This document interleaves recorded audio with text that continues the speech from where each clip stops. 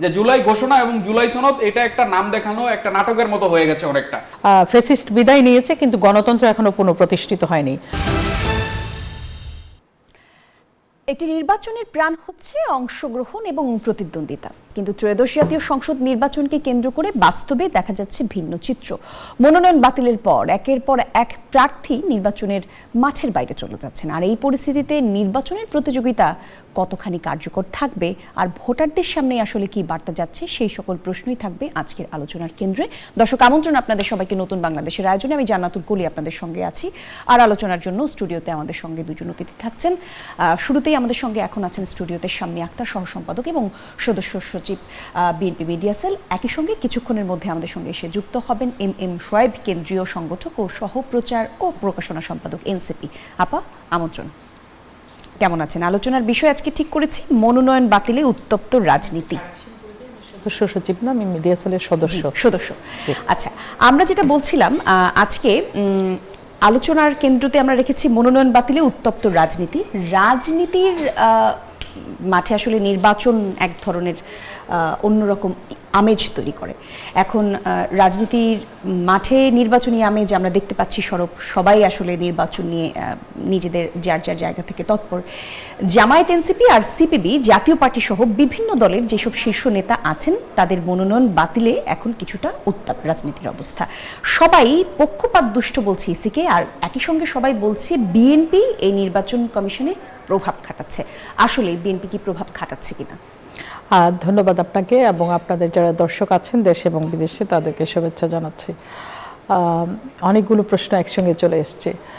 নির্বাচন আমাদের দেশে একটা উৎসবমুখর অনুষ্ঠান বা একটা উৎসবের মতন ছিল একটা সময়ে, কিন্তু গত 17 বছরে সেই উৎসবটাকে মূলত একটা এই উৎসবটা আসলে ছিল না এবং এটাকে কার্যত এটা তো একটা ফ্যাসিস্ট রেজিম এখানে ছিল যারা জনগণের ভোটাধিকারে বিশ্বাস করতো না, যে কারণে বাংলাদেশের রাজনৈতিক দলগুলো বলেন বা বাংলাদেশের সাধারণ মানুষ দীর্ঘদিন ভোট দিতে না পারার যে ক্ষোভটা, সেই ক্ষোভটা তাদের মধ্যে আছে এবং সেটা থেকে বাংলাদেশ জাতীয়তাবাদী দল বা বিএনপি আমরা দীর্ঘ প্রায় 17 বছর আন্দোলন করছি, সংগ্রাম করছি একটি সুষ্ঠু নির্বাচনের জন্য যেখানে বাংলাদেশের মানুষ তাদের ভোটাধিকার প্রয়োগ করতে পারবেন। তো সেই বহুল কাঙ্ক্ষিত সেই নির্বাচনটি আমাদের সামনে চলে এসছে। 5ই আগস্টের জুলাই আগস্টের গণঅভ্যুত্থানের মধ্য দিয়ে এই ক্ষেত্রটি প্রস্তুত হয়েছে। ফ্যাসিস্ট বিদায় নিয়েছে কিন্তু গণতন্ত্র এখনো পুনঃপ্রতিষ্ঠিত হয়নি। মূলত গণতন্ত্রকে পুনঃপ্রতিষ্ঠার জন্যই আমরা লড়াই করেছি। তো এই লড়াইয়ের কেন্দ্রবিন্দুতে এখন যে নির্বাচনটি, সেই নির্বাচনটি অনুষ্ঠিত হবে আগামী 12ই ফেব্রুয়ারি যদি সবকিছু ঠিকঠাক থাকে। এখন এখানে মনোনয়নপত্র বাতিল হওয়া এগুলো তো স্বাভাবিক প্রক্রিয়া। এখানে নির্বাচন কমিশনকে পক্ষপাতিত্ব করার প্রশ্নটি কেন আসছে আমি ঠিক আমার বোধগম্য হচ্ছে না।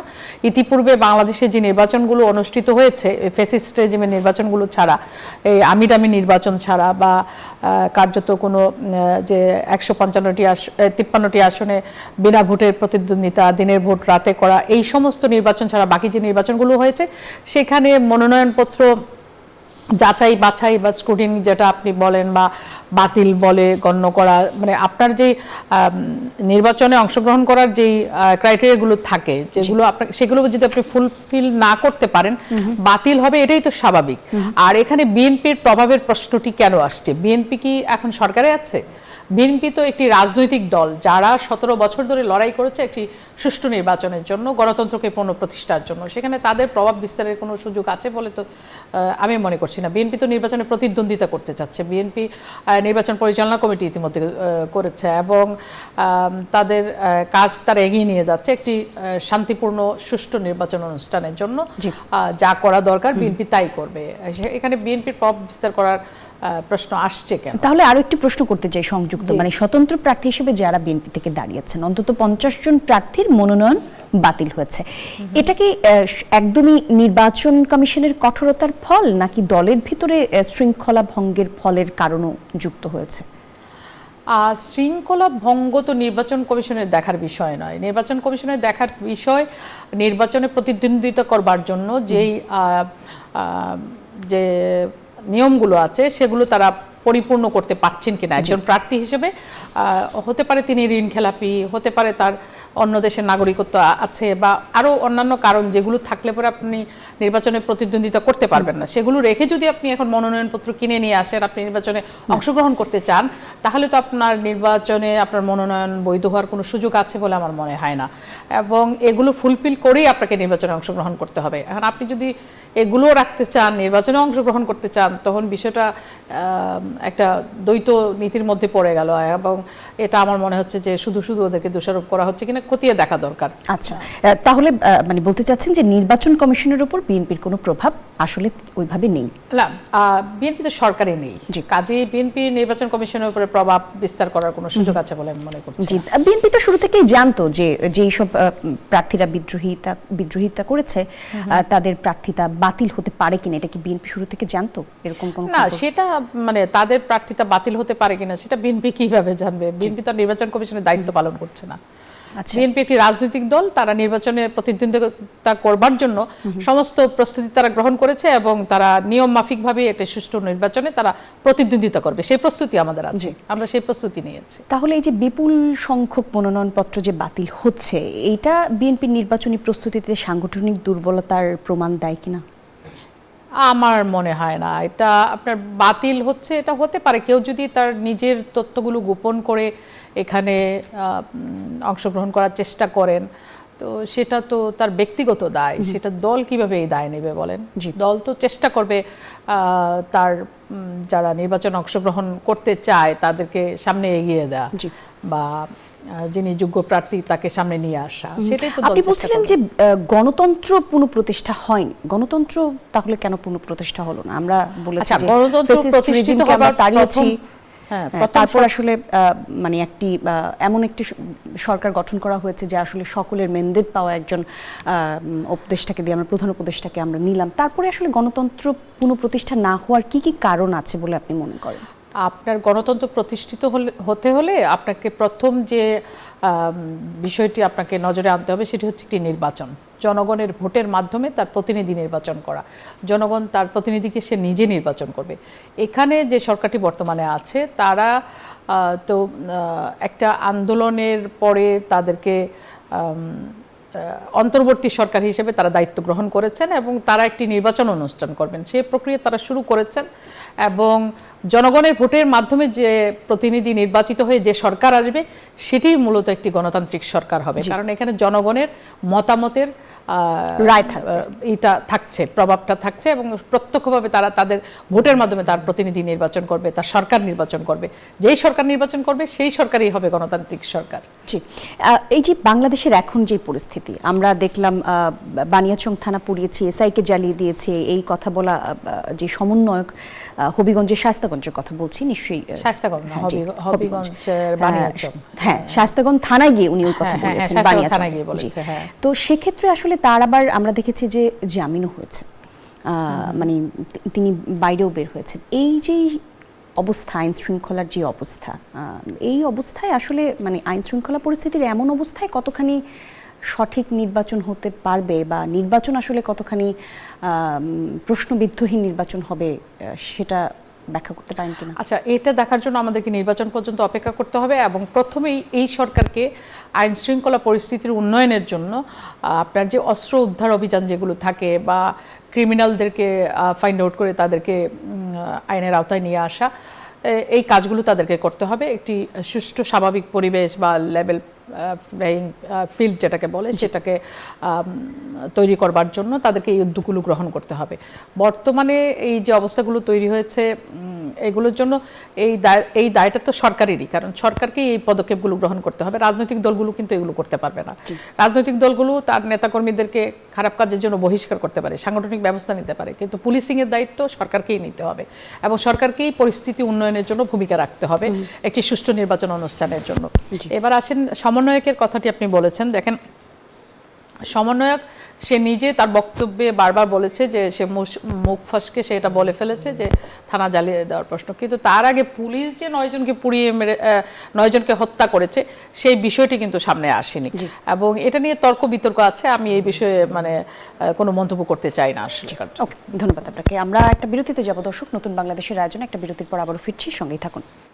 আরও একবার আমন্ত্রণ দর্শক, নতুন বাংলাদেশের আয়োজন দেখছেন। আলোচনার জন্য আজকে স্টুডিওতে আছেন শাম্মী আক্তার, আর একটু আগেই আমাদের সঙ্গে এসে পৌঁছেছেন এম শোয়েব, কেন্দ্রীয় সংগঠক ও সহপ্রচার এবং প্রকাশনা সম্পাদক এনসিপি। এম শোয়েব, আমরা কথা বলছিলাম আজকে আলোচনার বিষয় মনোনয়ন বাতিলে উত্তপ্ত রাজনীতি, এই প্রসঙ্গে। মনোনয়ন বাতিলের যে হিড়িক পড়েছে, আমরা দেখতে পাচ্ছি পত্রপত্রিকার খবরে প্রতিদিনই মনোনয়ন বাতিল হচ্ছে। নির্বাচনী প্রতিদ্বন্দ্বিতা এবং অংশগ্রহণ কতখানি টিকবে সবশেষে? ধন্যবাদ আজকের এই আপনাকে এবং আমার নিউজ 24 দর্শক শ্রোতা এবং আমার সহ আলোচককে। আসলে যে বিষয়টি নিয়ে কথা চলতেছিল যে মনোনয়ন বাতিল, দেখেন আমরা শুরু থেকেই বলে আসছি যে বর্তমান যে ইলেকশন কমিশনটি রয়েছে, যেটি 9 ফেব্রুয়ারি গঠিত হয়েছিল, এই ইলেকশন কমিশন গঠন প্রক্রিয়াটাই হয়েছে একটি কালো আইনের মাধ্যমে, যেটি আমরা বলেছিলাম যে এটা ফ্যাসিস্ট হাসিনার তৈরিকৃত যে আইনটি ছিল 2022-এর, ওইটার অনুপাতেই কিন্তু এই ইলেকশন কমিশন গঠিত হয়েছে। এবং ইলেকশন কমিশনের যে সংস্কারের যেই কমিশন ছিল এই সরকারের, এই সরকার থেকে যাদেরকে নিয়োগ দায়িত্ব দেওয়া, ওই প্রক্রিয়ার মধ্য দিয়ে কিন্তু এটা গঠিত হয়নি। ফলে আমরা শুরু থেকেই দেখে আসছি যে এই বর্তমান ইলেকশন কমিশন যেটি রয়েছে, তাদের যেই ট্রান্সপারেন্সি, তাদের যেই দক্ষতা এবং জনগণের যে প্রত্যাশা, আমাদের বর্তমান অন্তর্বর্তীকালীন সরকারের যে মাননীয় প্রধান উপদেষ্টা যিনি বারবারই বলে থাকেন যে একটা উৎসবপূর্ণ নির্বাচন আয়োজন করার ব্যাপারে উনি খুব আশাবাদী। তো আমাদের প্রশ্ন হচ্ছে, আমরা শুরু থেকেই দেখে আসছি, আপনি দেখেন এনসিপির এই নিবন্ধন কার্যক্রম নিয়ে কিন্তু বড় ধরনের প্রশ্নবিদ্ধ, এবং আমরা এই সর্বশেষ যেটা দেখেছি মনোনয়ন বাতিলের ক্ষেত্রে আমরা দেখেছি যে আপনার গাইবান্ধা এক সহ কয়েকটি জায়গায় তাদের এমপিওভুক্ত শিক্ষকরা কিন্তু ইলেকশন করতে পারে। তো ওই জায়গায় এই ধরনের পক্ষপাত দুষ্ট বিভিন্ন বিষয় আমরা দেখতে পেয়েছি। শুধু তাই নয়, আমরা গতকালকে আমি গাজীপুরটা দেখি আর কি সংগঠন আকারে। তো আমাদের গাজীপুর 2-এর যিনি প্রার্থী রয়েছেন অ্যাডভোকেট আলী নাসের, গতকালকে আমরা ইলেকশন ওই রিটার্নিং কর্মকর্তার মিটিংয়ে ছিলাম। তো ওই জায়গায় আমরা দেখেছি যে পতিত স্বৈরাচার ফ্যাসিস্টের যে দোসর, তাদের যে এনাবেলাররা ছিল, জাতীয় পার্টি 1 নাম্বার, তাদেরকেও এই ইলেকশন কমিশন তাদেরকে কিন্তু বৈধতা দিয়ে তাদেরকে এই নির্বাচনে অংশগ্রহণ করার সুযোগটি দিয়ে দিচ্ছে। আমরা এটা প্রতিবাদ করেছি। এবং সার্বিক বিষয় আমরা যেটি দেখেছি যে তাসনিম যারা আমাদের পার্টিতে ছিলেন এবং বর্তমানে উনি স্বতন্ত্র ইলেকশন করতেছেন, ওনারও মনোনয়নপত্র বাতিল করা হয়েছে। এই যে আপনার কি বলে 2 জন যে ভোটার তাদের হেরফেরের কারণে। সর্বপ্রথম ফলে বিভিন্ন জায়গায় দেখা যাচ্ছে জনগণের মধ্যে একটা আশঙ্কা প্রকাশ হয়েছে যে এইটা অনেকটা বর্তমানে একটি দলের দিকে তাদের একটা শুভ দৃষ্টি রয়েছে কিনা, এই জিনিসটা কিন্তু জনগণ একটা বড় ধরনের কোয়েশ্চেন তৈরি করেছে, তাদের মধ্যে তৈরি হয়েছে। এবং আগামী এই যে 12ই ফেব্রুয়ারি যে ইলেকশনটি রয়েছে, এই ইলেকশনে আসলে কতটুকু জনগণ উৎসবপূর্ণভাবে নির্বাচন ভোট প্রয়োগ করতে পারবেন, এই বিষয়টি একটা আশঙ্কার জন্ম দিয়েছে বলে আমি মনে করি। শুধু তাই নয়, আরেকটি জিনিস দেখেন, আমরা গতকালকেও দেখেছি যে আইন শৃঙ্খলার যে পরিস্থিতি, আমাদের গণ অভ্যুত্থানের যেই ফ্রন্টলাইনাররা ছিলেন, হবিগঞ্জে আমাদের বৈষম্য বিরোধী ছাত্র আন্দোলনের একজন সমন্বয়ককে গতকালকে কিন্তু বিনা ওয়ারেন্টে তাকে ডিবি তুলে নিয়ে এসেছে এবং তাকে আজকে জামিন প্রদান করা হয়েছে। কিন্তু আশ্চর্যজনক বিষয় হচ্ছে উইদাউট এনি ওয়ারেন্ট তাকে গ্রেফতার করা হয়েছে, যেটি আমরা দেখতাম ফ্যাসিস্ট স্বৈরাচারের সময়। এই ঘটনাগুলো কিন্তু তিনি তো বানিয়াচং থানায় গিয়ে বলেছেন যে মানে উনি বানিয়াচং থানা পুড়িয়ে দিয়ে, শায়েস্তাগঞ্জ থানায় উনি বলেছেন যে বানিয়াচং থানা পুড়িয়েছেন, এসআই সন্তোষকে জ্বালিয়ে দিয়েছিলাম আমরা, এই কথা তো তিনি বলেছেন। এবং তারপরে অবশ্য তিনি বলেছেন যে মুখ ফসকে সে কথা বলেছেন। তো এই সকল পরিস্থিতিতে আইন শৃঙ্খলা পরিস্থিতি অবনতির কারণ কি নয়? মানে হ্যাঁ, যেটি বিষয় আপনি উল্লেখ করেছেন যে তার যেই ঘটনাটা আমরা দেখেছি যে জুলাই 1 তারিখ থেকে 5ই আগস্ট পর্যন্ত এটা একটা সিভিল ওয়ারের দিকে চলে গিয়েছিল। 19 তারিখের পরে যখন লেথাল উইপনের মাধ্যমে জনসাধারণকে আমরা যে 1400 ইউএন এর রিপোর্ট অনুসারে যেটি আমরা দেখেছি যে 1400 হত্যা হয়েছে, এই হত্যার মধ্যে রিয়া গোপ নামে একজন শিশুও ছিলেন। তাকেও কিন্তু হত্যা করা হয়েছে। জি। তাইলে এই যে টোটাল বিষয়টা, এটা যখন জনমানুষ যখন এটার সাথে সম্পৃক্ত হয়, জনগণ যখন এটার বিরুদ্ধে বিদ্রোহ করে, তখন এটা কিন্তু শুধুমাত্র একটা ফৌজদারি ফাংশনে সম্পৃক্ত থাকে না। আমি তার এই ঘটনাকে লিগালাইজ করতেছি না, আমি বলতেছি টোটাল একটা মানে একটা জনযুদ্ধ ছিল, একটা সিভিল ওয়ার ছিল। তো ওই পরিস্থিতিতে সন্তোষের ঘটনা যেটা বলেছেন, এটা শুধু সন্তোষ নয়, বিগত 15টি বছর আইন শৃঙ্খলা বাহিনী থেকে শুরু করে গভর্নমেন্টের বিভিন্ন পর্যায়ে, রাষ্ট্রের বিভিন্ন পর্যায়ে দায়িত্বশীল সবাই তো এই ফ্যাসিস্টকে সহযোগিতা করেছে, তাই না? ফলে ওই একটা সিগনিফিকেন্ট যে ঘটনা, ওই ঘটনা সে এটা আবার নিজেকে স্বীকারোক্তিও দিয়েছে যে এটা আমার স্লিপ অফ টাং হয়েছে। মানে তাহলে স্বীকারোক্তি দেওয়ার পরে আসলে এই দায় উনি এড়াতে পারেন কিনা, মানে তার স্লিপ অফ টাং এর মাধ্যমে? আপনি তো ওই ঘটনাকে এটার সাথে সম্পৃক্ত করতে পারেন না, বিকজ অফ এই যে জুলাই সনদ, আমরা শুরুতেই বলেছি যে জুলাই ঘোষণা এবং জুলাই সনদ এটা একটা নাম দেখানো একটা নাটকের মতো হয়ে গেছে অনেকটা। তাইলে এই যে ঘোষণা হলো যে আপনার 19শে জুলাই থেকে 5ই অগস্ট পর্যন্ত যেই সিভিল ওয়ারের যেই ঘটনাগুলো ছিল, এই ঘটনার সাথে যারা সম্পৃক্ত তাদেরকে কিন্তু একটা দায় মুক্তির বিষয়ও কিন্তু এই জুলাই সনদে বলা আছে। তাহলে এটা বলা থাকার পরেও ওই ঘটনাকে কেন্দ্র করে আপনি কিন্তু শুধুমাত্র আমাদের এই মাহাদিকে আপনি এইভাবে ওই ঘটনার জন্য ওই প্রেক্ষিতে তাকে মানে করতে পারেন না, অভিযুক্ত করতে পারেন না। তাহলে মানে হত্যার আসলে দায় মুক্তি না, হত্যার দায় মুক্তির বিষয় আমি তো বললাম, এটা একটা সিভিল ওয়ার। তো সিভিল ওয়ার যখন এটা হয় তখন কিন্তু ফ্যাসিস্ট যে শক্তি লিথাল উইপন ইউজ করতেছে, এইটা রাষ্ট্রের কোন জায়গায় আপনি বৈধ হিসেবে ঘোষণা করবেন? যদি এটা না হয় তাহলে জনগণ তো নিজেকে প্রতিরোধ করতে গেছে, এটা প্রতিরোধ যুদ্ধ, এটা একটা প্রতিরোধ যুদ্ধ হিসেবে ছিল। তাহলে এই প্রতিরোধ যুদ্ধটাকে আমি তো লিগালাইজ করতে পারি না। আমি তো আমার জীবনকে রক্ষা করার জন্য জনগণ নেমে এসেছে, তারা কিন্তু অস্ত্র সহ নেমে আসে নাই, তাই না? জি, ধন্যবাদ আপনাকে। আচ্ছা, আইন শৃঙ্খলা পরিস্থিতির যে কথা বলছিলাম আসলে আমরা, আইন শৃঙ্খলা পরিস্থিতির এখন যে অবস্থা, এই অবস্থায় আসলে নির্বাচন প্রশ্নবিদ্ধ হতে পারে কিনা, এটা কি মনে করছেন? দেখুন, আইন শৃঙ্খলা পরিস্থিতি আমি কিন্তু আগেও বলেছি, উনি তখন ছিলেন না। আইন শৃঙ্খলা পরিস্থিতি উন্নয়নের জন্য সরকারকেই ভূমিকা রাখতে হবে, কারণ রাজনৈতিক দলগুলো তো আর পুলিশিংয়ের দায়িত্ব নেবে না, তাই না? কারণ রাজনৈতিক দলগুলো ধরেন তারা সাংগঠনিক ব্যবস্থা নিতে পারে তাদের কর্মীদেরকে বা তাদেরকে শাস্তি দিতে পারে, কিন্তু পুলিশিংয়ের ব্যবস্থাটা তো সরকারকেই করতে হবে, এবং এটা অবভিয়াসলি এই সরকারকেই করতে হবে। তারা যেহেতু একটি সুষ্ঠু নির্বাচন, উৎসবমুখর নির্বাচনের দাবি করছেন যে তারা করতে চান, তাহলে পরিস্থিতি উন্নয়নের জন্য তাদেরকেই ভূমিকা রাখতে হবে, এবং রাষ্ট্রযন্ত্রের সকল কাঠামো তো তাদের হাতের মুঠোই আছে। তো সেগুলোকে ব্যবহার করে তারা তো পরিস্থিতি উন্নয়ন করতেই পারেন। আর আমাদের দেশের যেই বাহিনীগুলো আছেন তারা এতটা অথর্ব বা অকর্মণ্য আমি মনে করি না। তারা যথেষ্ট কর্মঠ এবং পরিশ্রমী, এবং তারা চাইলে এই পরিস্থিতির উন্নয়ন তারা ঘটাতে পারেন। জি, ধন্যবাদ আপনাদেরকে। আরও কিছু আলাপ আলোচনা আমরা করব, তবে তার আগে আমরা একটা বিরতিতে যেতে চাই। দর্শক, আপনারা দেখছেন নতুন বাংলাদেশের আয়োজন। আমরা একটা ছোট্ট বিরতির পর আবার আলোচনায় ফিরছি, সঙ্গে থাকুন। আরও একবার আমন্ত্রণ দর্শক, আপনারা দেখছেন নতুন বাংলাদেশের আয়োজন। আলোচকরা আমাদের সঙ্গে রয়েছেন। আরও একবার যাব, আলোচনার বিষয় ঠিক করেছি মনোনয়ন বাতিলে উত্তপ্ত রাজনীতি। এম শোয়েব, একটু আপনার কাছে জানতে চাই, সামনে নির্বাচনের ঠিক আগে এনসিপি আর জামায়াতের যেই জোট, এই জোট করে একে একে বেশ কয়েকজন নেতা এবং নেত্রীকে এনসিপি তাদের দল থেকে হারিয়েছে। শুধু কি দলের যেই শীর্ষ 30 জন তারা জামায়াতের সঙ্গে জোটের প্রার্থী হয়ে মানে তাদেরকে নিয়ে আগামীতে দল চলবে, মানে চালাতে পারবে? হ্যাঁ, দেখুন, আপনি যে কোয়েশ্চেনটি করেছেন এই জায়গায় বাংলাদেশের যেই রাজনৈতিক ইতিহাস, এটা শুধু বাংলাদেশের না, আমি মনে করি উপমহাদেশের রাজনৈতিক যেই ইলেকট্রাল প্রসেস রয়েছে, এটাতে জোটের রাজনীতি এটা অস্বাভাবিক কিছু না। জোটের রাজনীতি আমরা 54 দেখেছি, 70 ইলেকশনে দেখেছি, আমরা এটার 91তেও দেখেছি যে একটা জোটের মাধ্যমে, 2001এও ছিল, 2008-এ মহাজোট। ফলে এই জোটের রাজনীতিটা অস্বাভাবিক কিছু বাংলাদেশের রাজনীতিতে নয়। ফলে আমরা যখন গণঅভ্যুত্থান পরবর্তী সময়, আমি একটু জাস্ট পিছন থেকে টান দেই তাহলে জিনিসটা আরেকটু ক্লিয়ার হবে, যে জুলাই গণঅভ্যুত্থান পরবর্তী সময় জনগণের যে আকাঙ্ক্ষাটা ছিল জনমানুষের মধ্যে, আপনি চিন্তা করেন 5ই অগস্ট থেকে 8ই অগস্ট, এই যে 3 দিনের যে মানুষের চিন্তা চেতনা, এবং আমি যখন একজন সাধারণ নাগরিক হিসেবে, মানুষের কিন্তু একটা ডাইভার্সিটি এবং একটা মানে আমূল পরিবর্তনের চিন্তা করেছিল। তো এই জিনিসগুলো নানানভাবে এই স্টেট অ্যাপারেটাস বিভিন্নভাবে এগুলাতে বাধা দিয়েছে।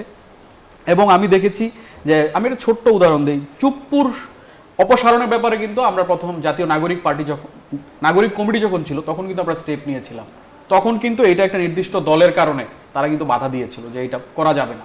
এই ধরনের নানান ঘটনা কিন্তু আমাদের সামনে। নির্দিষ্ট দল বলতে এটা সরাসরি এটা রাগডাগ করে গেছিল, বিএনপির পক্ষ থেকেই কিন্তু এটা বাধা দেওয়া হয়েছে যে চুপ্পুকে সরানো যাবে না, এটা নাকি আপনার সংবিধানের ব্যত্যয়, এই ধরনের কথা বলা হয়েছিল। তো গণঅভ্যুত্থানটা তো সংবিধানের ব্যত্যয় করেই ঘটনা ঘটা হয়েছিল। আজকে যেই আপনার উপদেষ্টা যিনি রয়েছেন, প্রধান উপদেষ্টা, উনি কিন্তু সংবিধানের ব্যত্যয় করেই কিন্তু আজকে উপদেষ্টা হিসেবে উনি শপথ নিয়েছেন, তাই না? তো এখন যখন একটা রাজনৈতিক দল আমরা 28শে ফেব্রুয়ারি গঠন হয়, এরপর থেকে আমাদেরকে বিভিন্নভাবে আন্ডারমাইন করার জন্য এই সোশ্যাল মিডিয়াতে আমাদের বিরুদ্ধে মত উৎপাদন করা, এবং এই যে ধরেন আজকে দেখেন ছোট্ট একটা কথা বলি, যারা আমাদের সমন্বয়ক ছিলেন তৎকালীন সময় তাদেরকে বিভিন্নভাবে তারা নাকি অর্থ লোপাটকারী, তারা নাকি বিভিন্ন দুর্নীতি, বিভিন্ন বড় বড় বিষয়ের সাথে তাদেরকে জুড়ে দেওয়া হয়েছে। এইভাবে তাদেরকে বাংলাদেশের বিরুদ্ধ একটা শক্তি হিসেবে বা তাদের আপনার চরিত্র হননের মাধ্যমে বিভিন্নভাবে তাদেরকে, শুধু তাই নয়, আমাদের যে নারী নেত্রীরা রয়েছেন তাদেরকেও এই সোশ্যাল মিডিয়াতে চরিত্র হননের মতো ঘটনা আমরা দেখেছি, সবকিছু মিলিয়ে। তো এখন যখন পরিস্থিতি আর নির্বাচনের ঘটনা আসে, নির্বাচনের সময় জাতীয় নাগরিক পার্টি, এটা বাস্তবতা যে আমরা এই কম সময়ের মধ্যে ইলেকশন করার মতো সাংগঠনিক ওই শক্তিটা আমাদের হয়ে ওঠে নাই। কিন্তু সেটা কি আপনারা আগে বুঝতে পারেননি যখন বারবার প্রশ্ন করা হয়েছে 300 আসনে আপনারা প্রার্থী দিতে পারবেন কিনা? অনেকেই তো বলেছেন আপনাদের দলের যারা আসলে দায়িত্বপ্রাপ্ত বলেছেন তারা পারবেন, সেটা কি তাহলে আগে এই হিসেবটা তারা করে উঠতে পারেননি? হ্যাঁ, তারা এটা করেছে, এবং আমরা কিন্তু 300 প্রার্থী নেওয়ার ব্যাপারে আমরা হচ্ছিলাম ফার্স্ট হাফে, আমরা 125 আমরা ঘোষণা করেছি। এখন আমি যেটা বলতেছি যে স্টেট অ্যাপারেটাস সহ রাজনৈতিক মহলে বিভিন্নভাবে এই যে তরুণ যে শক্তিটা রয়েছে তাদেরকে খারিজ করার জন্য যখন বিভিন্ন শক্তি উঠে পড়ে লাগে, তখন এই তরুণদেরকে টিকে থাকার জন্য আমরা মনে করি আমাদের রাজনৈতিক যে বিস্তৃতি এবং ভারতীয় আধিপত্যবাদ, আমি একটু এটার সাথে সম্পৃক্ত করি। দেখেন, বাংলাদেশের ক্রিকেটীয় অঙ্গনে Mustafizur Rahman, he is a great cricketer, তাকেও কিন্তু গতকালকে কলকাতা থেকে তাকে বাদ দেওয়া হয়েছে, এবং শুধুমাত্র আমি মনে করি একটা শ্রেণী ঘৃণা আকারে একটা উগ্র ভারতীয় জাতীয়তাবাদ তারা যেটা লালন করে তারই একটা বহিঃপ্রকাশ ছিল এটা। এবং এইভাবে কিন্তু ভারতীয় আধিপত্যবাদ বাংলাদেশের রাজনীতিতে বিভিন্নভাবে আমরা যে রাজনৈতিক সার্বভৌমত্বের জন্য লড়াই করছি, এই লড়াইকে ভেঙে দেওয়ার জন্য, তরুণদেরকে ডেমোলিশ করার জন্য তারা কিন্তু বিভিন্ন ধরনের চক্রান্ত হাজির করতেছে। তো আমরা চাচ্ছি সংস্কারের পক্ষে এবং জুলাইয়ের পক্ষে যারা রয়েছে তাদেরকে নিয়ে একটা গ্রেটার ইলেকট্রাল অ্যালায়েন্স, এটা কিন্তু পলিটিক্যাল অ্যালায়েন্স না, আমি আবারও আপনাকে করি, একটা গ্রেটার, এটা একটা ইলেকট্রাল অ্যালায়েন্স আকারে কিন্তু আমরা একত্রিত হয়েছি, ঠিক না? তো আমরা চাই এই সংস্কারটাকে দীর্ঘমেয়াদী আকারে রাষ্ট্রের জন্য তৈরি করা, এবং গণভোটের যেই ভোটের পক্ষে যেই জনমতটি রয়েছে আমরা এটার পক্ষে কাজ করব, এবং আগামী দিনে আমরা যেই মধ্যপন্থার রাজনীতি করার ব্যাপারে আমরা কমিটেড, আমরা ওই পথেই কিন্তু হাঁটছি। আমরা কোনো দলে বিলীন হওয়া বা কারো মতাদর্শে আমরা ঢুকে যাওয়া এই ধরনের কোনো ঘটনার সাথে কিন্তু আমরা জড়িত না, এবং আমরা আমাদের মতো করে আগানোর চেষ্টা করতেছি। আচ্ছা, পলিটিক্যাল অ্যালাইন না হলে আসলে একসাথে পলিটিক্স কিভাবে করবেন, ওই প্রশ্নের উত্তর আপনার কাছ থেকে নিব। তার আগে একটু জানতে চাই শাম্মী আক্তারের কাছে, বিএনপি তরুণ যেই রাজনৈতিক শক্তি তাদের খারিজ করতে চায় কিনা, কিছুক্ষণ আগেই যা বললেন। বিএনপি তো তরুণদেরকে সামনে এগিয়ে নিয়ে যেতে চায়, বিএনপি সবসময় তরুণদেরকে উৎসাহিত করছে, এবং বিএনপি সবসময় বলেছে যে তরুণরা বাংলাদেশের রাজনীতিতে একটা বড় ভূমিকা রাখতে পারে, এবং তাদের সেই সুযোগটা তাদের সামনে আছে। এবং আমরা যদি দেখি যে 17 বছর পরে যারা ভোট দিবে, সেই ভোটারের মধ্যে তরুণদের সংখ্যাটা কিন্তু অনেক বড় একটা সংখ্যা এখানে আছে, যারা ভোট দিতে পারে নাই গত 17 বছরে। তো ওদেরকে খারিজ করার প্রশ্ন আসছে কেন? কারণ বিএনপি তো জুলাই সনদেও স্বাক্ষর করেছে, কাজেই বিএনপি এখানে তরুণদের খারিজ করে দিতে চায়, এটা বোধহয় সঠিক নয়। আমার কাছে মনে হচ্ছে এটা একটা ভুল ধারণা হতে পারে। যেটা আসলে বলছিলেন আপনি শোয়েব, সেটা হচ্ছে পলিটিক্যাল অ্যালাইন নয়, আপনি বলছেন জুলাইয়ের পক্ষে যারা তাদের সঙ্গে থেকে রাজনীতিটা করতে চান। পলিটিক্যাল অ্যালাইন না হলে পলিটিক্সের আপনারা কিভাবে একসাথে পলিটিক্স করবেন? মানে আপনার প্রশ্নটি আমি উত্তর দিচ্ছি। পলিটিক্যাল অ্যালায়েন্স আর ইলেকট্রাল অ্যালায়েন্স কিন্তু কমপ্লিটলি ডিফারেন্ট। আমরা ভোটের রাজনীতির জন্য, নির্বাচনী রাজনীতি যেটা, এটা এই রাজনীতিতে আমরা একত্রিত হয়েছি, কিন্তু আপনারা যেই পক্ষে দাঁড়াবেন সেই পক্ষে মানুষ তো ওই পক্ষকে আপনাদের সঙ্গেই বিবেচনা করে। জি, আমি আসতেছি। আজকে দেখেন আমরা যে মানে বলা হচ্ছে যে আমরা জামাত তথা চরমনাই যে জোটটি রয়েছে এটার সাথে একত্রিত হচ্ছে, আমরা নাকি বিলীন হয়ে গেছি। শোনেন, 96-তে কিন্তু এই জামাতকে নিয়েই আওয়ামী লীগ কিন্তু নির্বাচন করেছিল। শুধু তাই নয়, 2001-এর যেই সরকারটি গঠিত হয়েছে ওই সরকারেও কিন্তু জামাতের 4 জন মন্ত্রী ছিলেন। আজকে কি তাই, এবং তাদের যে সম্পর্ক সেই সম্পর্কটি কিন্তু 20 বছরের উপরে ছিল, তাই না? তাহলে এইটা কি পলিটিক্যাল অ্যালায়েন্স ছিল নাকি ইলেকট্রাল অ্যালায়েন্স ছিল? তাদের যে যুগপৎ আন্দোলন, এই আন্দোলনেও, এবং আপনি দেখেন পতিত স্বৈরাচার কিন্তু তাদেরকে ফ্রেমিং করতো দুইটা শব্দ দিয়ে, বিএনপি জামাতের ষড়যন্ত্র, বিএনপি জামাতের চক্রান্ত। এবং এই নিউজগুলো কিন্তু আমরা শুধু সোশ্যাল মিডিয়াতে না, বাংলাদেশের যে প্রতিষ্ঠিত মিডিয়াগুলো রয়েছে, প্রথম আলো, ডেইলি স্টারের মতো পত্রিকাও কিন্তু আমরা দেখেছি এই দুটো শব্দকে কোট করা হয়, ঠিক আছে? এইভাবে কিন্তু ফ্রেমিং করা হতো। সো আমি যেটা বলতে চাই, আমরা একটা পরিবর্তনের রাজনীতির জন্য এসেছি। আমরা চাচ্ছি যে এই যে পিছনের যেই আপনার ন্যারেটিভের খেলা, আমরা এই ন্যারেটিভের খেলায় ঢুকতে চাই না। তরুণরা আসলেই ন্যারেটিভের খেলাকে আন্ডারমাইন করেছে, তাদেরকে মানে এই ন্যারেটিভের খেলায় আমরা ঢুকে বাংলাদেশের যে অগ্রযাত্রা, এটাকে আমরা ক্ষান্ত করতে চাই না। আমরা চাই নতুন কিছু করতে। হ্যাঁ, এই জন্য আপনি এটাকে মানে পলিটিক্যাল অ্যালায়েন্স আপনি আপনার মতো করে বলতেই পারেন, বাট আমি যেটা বলবো যে এটা পলিটিক্যাল অ্যালায়েন্স না, এটা শুধুমাত্র ইলেকট্রাল অ্যালায়েন্স। আমরা জোটবদ্ধ রাজনীতি করতেছি আগামী নির্বাচনকে সামনে রেখে, এটা একটা নির্বাচনী অ্যালায়েন্স বলতে পারেন। আচ্ছা, তাহলে যারা আসলে আপনাদের দল থেকে চলে গেছেন তাদের কি আবার ফিরিয়ে আনার সম্ভাবনা আছে কিনা? এনসিপি কি তাদের আবার দলে জায়গা দেবে? হ্যাঁ, আমরা আজকে গত ইয়েতে শুনেছি যে এটা আমাদের সদস্য সচিব বলেছেন যে তাদের যে পদত্যাগ পত্রগুলো, এগুলো এখনো পর্যন্ত কিন্তু গৃহীত হয়নি। জি, হ্যাঁ, তো ওইগুলো নিয়ে হয়তো পর্যালোচনা চলছে। তো আমরা তাদের ব্যাপারে এটা পার্টির যে আপার যারা নীতি নির্ধারণী রয়েছেন তারা এই ব্যাপারে সিদ্ধান্ত নেবেন। আমরা আশাবাদী যে এই তরুণদেরকে নিয়ে আমরা একসাথে পথ চলা শুরু করেছিলাম, আমরা এটা আসলে মানে খণ্ড বিখণ্ড হয়ে যাক, এটা নষ্ট হোক এবং অপর পক্ষ শক্তিশালী হোক, এটা আমরা চাই না। আমরা সকলে কতগুলো আসন এমনিতে আপনারা আশা করছেন? জি, আপনারা কতগুলো আসন আশা করছেন? আমরা বর্তমানে যেই পরিস্থিতিটি দেখা যাচ্ছে, এবং আমি গতকালকেও গাজীপুরে ছিলাম, সাধারণ মানুষের মধ্যে যেই একটা স্বতঃস্ফূর্ততা আমরা দেখেছি তরুণদের পক্ষে, এবং তাদেরকে মানে সংসদে দেখতে চাই। আমরা সব যেই আসনগুলোতে আমরা নির্বাচন করছি, আমরা সবগুলোর ব্যাপারেই আশাবাদী। জি, ধন্যবাদ আপনাকে। শাম্মী আক্তার, আরো একটা প্রশ্ন করতে চাই আসলে, যে এই যে একের পর এক বিরোধী প্রার্থী মনোনয়নপত্র যে বাতিল হচ্ছে, নির্বাচন কার্যত একপাক্ষিক হয়ে পড়ছে কিনা এটা এই দিন, মানে সাধারণ মানুষের কাছে মূলত কি বার্তা যাবে?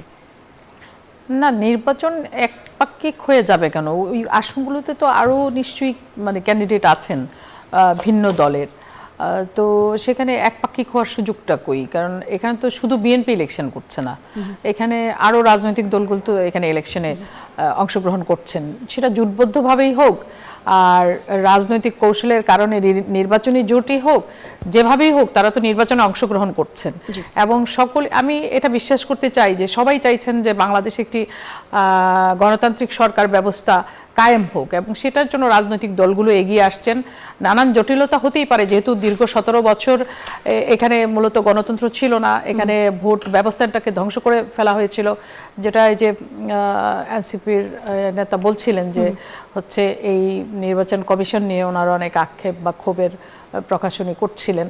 তো এটা আমরা শুরুর দিকে বিএনপি কিন্তু বলেছিল যে এই নির্বাচন কমিশনটাকে চেঞ্জ করতে হবে, যদিও পরবর্তীতে এটা চেঞ্জ না হওয়ার পরেও নির্বাচনী কার্যক্রমে এগিয়ে যাওয়াতে বিএনপি কিন্তু এগিয়ে এসছে, কারণ বিএনপি চায় জনগণের ভোটের মাধ্যমে এখানে সত্যিকার অর্থে একটি গণতান্ত্রিক সরকার ব্যবস্থা কায়েম হোক। তো এখানে একপাক্ষিক নির্বাচনের কোনো সুযোগ আছে বলে আমি মনে করছি না। আর আমি আগেও বলেছি আপনাকে যে নির্বাচনী মনোনয়ন যাচাই বাছাই বা বৈধতা বা বাতিল হওয়া এগুলো নতুন কিছু না, এগুলো অতীতেও হয়েছে, এইবারও হচ্ছে।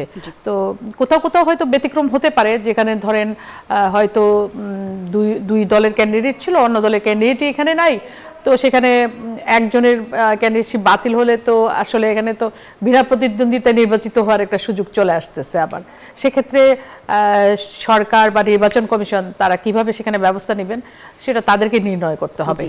আর এনসিপি আর জামায়াতের যেই জোট, এখন প্রতিদ্বন্দ্বী হিসেবে তো তারাই দাঁড়িয়ে আছে বিএনপি বিপরীতে, এই জোটকে আপনারা মানে প্রতিদ্বন্দ্বিতার জায়গা থেকে কিভাবে দেখছেন? দেখুন, প্রতিদ্বন্দ্বী তো প্রতিদ্বন্দ্বী, আমরা আমাদের সব প্রস্তুতি আমরা সম্পন্ন করেছি একটি শান্তিপূর্ণ নির্বাচনের জন্য, আমাদের সেই প্রস্তুতি এগিয়ে চলেছে। আমরা আমাদের প্রচার কার্য শুরু করব, যেহেতু আমাদের দলের চেয়ারপারসন তিনি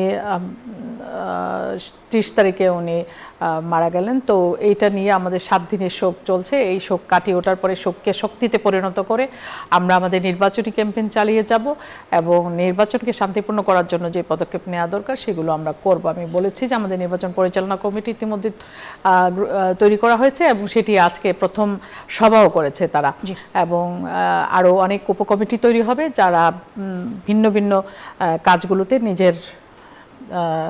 নিজেকে সম্পৃক্ত করতে পারবেন এবং একটা স্পেসিফিক বিষয় নিয়ে একজন টিম লিডার থাকবেন যিনি ওই বিষয়ের উপরে কাজ করবেন। ভোটারদেরকে প্রভাবিত করা বা নির্বাচনী বিভিন্ন নানান জটিলতা ফেস করা বা সংবাদপত্রকে ফেস করা, এইগুলো বিষয়গুলো আমরা ভিন্ন ভিন্ন টিম লিডারের মাধ্যমে উপকমিটি করা হবে এবং তারা সেগুলো কাজগুলো করবে না। এবং আমরা মূলত একটি নির্বাচনের দিকে সর্বতোভাবেই আমরা এগিয়ে যাচ্ছি। আমরা 7 দিনের আমাদের এই কর্মসূচি যে শোকের কর্মসূচি, আমাদের দেশ নেত্রী বেগম খালেদা জিয়ার মৃত্যুর কারণে যে শোক পালন করছি, সেই শোকটি কাটিয়ে ওঠার পরেই মানে এই শোককে শক্তিতে পরিণত করে আমরা আমাদের নির্বাচনী ক্যাম্পেইন চালিয়ে যাব, এটা হচ্ছে মূল কথা।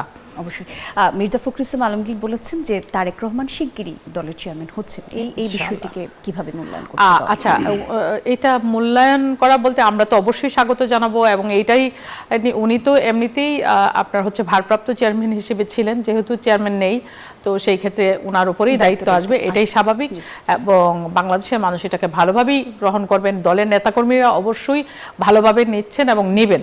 যদিও আমাদের বুকের ভেতরে রক্তক্ষরণ হচ্ছে, আমরা আমাদের নেত্রীকে হারিয়েছি, তারপরেও আমাদের নেতা তারেক রহমান দায়িত্ব নেবেন শিগগিরই এবং সেই দায়িত্ব নেওয়ার কারণে আমাদের দলীয় নেতাকর্মীরা উজ্জীবিত, বাংলাদেশের মানুষও উজ্জীবিত। ইতিমধ্যে আমাদের উনি যেখানে যাচ্ছেন সেখানেই আপনি জনস্রোত যেভাবে নেমে আসে তাতে বোঝাই যায় যে মানুষ ওনাকে কতটা ভালোবাসে বা মানুষ বাংলাদেশ জাতীয়তাবাদী দলকে কতটা ভালোবাসে। এটার প্রমাণ নেতাকর্মীরা কিন্তু দিচ্ছেন, সাধারণ মানুষও দিচ্ছেন। জি, ধন্যবাদ আপনাকে। একটু জানতে চাই শোয়েব, নির্বাচন নিয়ে আসলে এনসিপিকে যখনই প্রশ্ন করতে যায় এখন সাধারণ মানুষের মনে একটা প্রশ্ন হচ্ছে, এই যে জামায়াত আর এনসিপির যে ঐক্য, এই ঐক্যে কার লাভ কতখানি হলো? একদম ছোট করে এই উত্তরটা নিব। এখন লাভ লসের হিসাবটা যখন আপনি করেন এটা আসলে একটা জাস্টিফিকেশনের হিসাব, কারণ এটা আগে থেকে মানে যারা প্রতিদ্বন্দ্বী বিরোধী পক্ষ তারা এই ফ্রেমিংটা করতে চায় যে লাভ লসটা কিভাবে, এটা জনগণের কাছে একটা কোয়েশ্চেন, যেটা টুইস্ট তৈরি করতে চায় যে তাইলে তো এটা ওর লাভ, জামাতকে বলবে এটা তো এনসিপির লাভ, ফলে তোমরা এটা দেখো, আবার এনসিপি বলবে এটা কিন্তু জামাতের লাভ, ফলে এটা দেখো। প্রত্যেকটা পলিটিক্যাল পার্টির স্ট্র্যাটেজি থাকে এবং ওই স্ট্র্যাটেজি অনুসারে তারা কিন্তু খেলে, ঠিক আছে? তো এখন আমি কতটুকু এটা জনগণের কাছে থ্রু করে কতটুকু নিয়ে আসতে পারবো, এটা আসলে মানে আমরা জানি যে আমরা আমাদের সর্বোচ্চটুকু দিয়ে আমরা এনসিপির যে আগামীর তারুণ্যের রাজনীতি সংস্কারের পক্ষে এবং নতুন বাংলাদেশ গড়ার যে রাজনীতি, আমরা ইনশাল্লাহ সর্বোচ্চ এফোর্ট দিব, বাকিটা জনগণ আমাদেরকে ইনশাল্লাহ আমাদের সাথে থাকবে, এইটা আমাদের বিশ্বাস। ধন্যবাদ আপনাদের দুজনকে আমাদেরকে সময় দিয়েছেন। দর্শক, এর সাথে শেষ করতে চাই আজকের নতুন বাংলাদেশের আয়োজন। আগামী পর্বে নতুন কোনো আলোচনার বিষয় নিয়ে হাজির হয়ে যাব। সে পর্যন্ত সবাই ভালো থাকুন, সুস্থ থাকুন।